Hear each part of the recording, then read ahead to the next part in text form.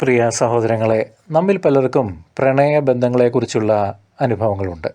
ഒരു വ്യക്തിയെ സ്നേഹിക്കുമ്പോൾ നാം അവരോടൊപ്പം സമയം ചെലവഴിക്കാൻ ആഗ്രഹിക്കുന്നു, വീണ്ടും കാണാൻ ആകാംക്ഷയോടെ കൊതിയോടെ കാത്തിരിക്കുന്നു. എന്നാൽ നമ്മുടെ രക്ഷയ്ക്ക് വേണ്ടി ജീവൻ ബലി കഴിച്ച യേശുവിനോട് നമുക്ക് ഈ സ്നേഹമുണ്ടോ?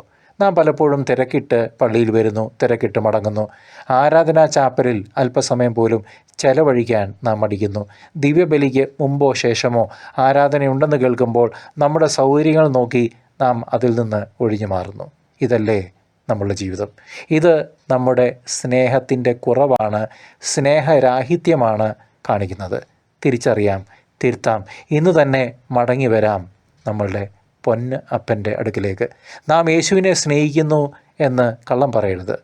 അങ്ങനെ യേശുവിനെ സ്നേഹിക്കുന്നു എന്ന് പറയുമ്പോൾ അത് യഥാർത്ഥ ഹൃദയത്തിൽ നിന്നാണോ എന്ന് നാം ആത്മപരിശോധന നടത്തണം. ഒരുപക്ഷെ അതൊരു ശീലം കൊണ്ടോ മറ്റുള്ളവരെ കാണിക്കാനുള്ള വെറും വാക്കുകളോ ഒക്കെ മാത്രമായിരിക്കാം. വിശുദ്ധ പാദ്രി പിയോയെ നമുക്ക് ഓർക്കാം. അദ്ദേഹം മണിക്കൂറുകളോളം കുരിശിലേക്ക് തറപ്പിച്ചു നോക്കി പ്രാർത്ഥിച്ചിരുന്നത് യേശുവിനോടുള്ള അഗാധമായ സ്നേഹം കൊണ്ടാണ്. എന്നാൽ നാം പലപ്പോഴും യേശുവിനെ സ്നേഹിക്കുന്നു എന്ന് വെറുതെ പറയുകയല്ലേ? നമ്മുടെ തെറ്റുകൾ തിരിച്ചറിഞ്ഞ് ഇന്ന് മുതലെങ്കിലും കർത്താവായ യേശുവിനെ ഹൃദയം കൊണ്ട് സ്നേഹിക്കാൻ നമുക്ക് തീരുമാനിക്കാം. അവിടുന്ന് മാത്രമാണ് നമ്മുടെ സ്നേഹത്തിന് യോഗ്യനായവൻ. നമുക്ക് ലഭിച്ച എല്ലാ നന്മകൾക്കും നാം അവിടുത്തോട് മാത്രം കടപ്പെട്ടിരിക്കുന്നു.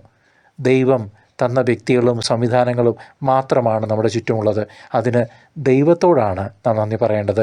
ദൈവത്തെയാണ് മഹത്വപ്പെടുത്തേണ്ടത്, അതല്ലാണ്ട് മനുഷ്യനെയല്ല. 1-ാം പ്രമാണം ഓർക്കാം.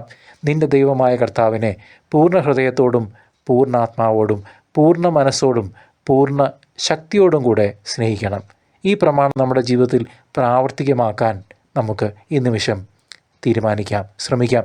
നമ്മുടെ ഹൃദയത്തിലും മനസ്സിലും മറ്റ് എന്തിനേക്കാളും മറ്റ് ആരേക്കാളും ഉപരിയായി യേശുവിന് സ്ഥാനം നൽകാം. യേശുവിനെ നമ്മുടെ ഹൃദയം കൊണ്ടും മനസ്സുകൊണ്ടും ശക്തി കൊണ്ടും നമുക്ക് പൂർണ്ണമായി സ്നേഹിക്കാം. ഐ ലവ് യു ജീസസ് എന്ന് ആത്മാർത്ഥമായി പറയാം.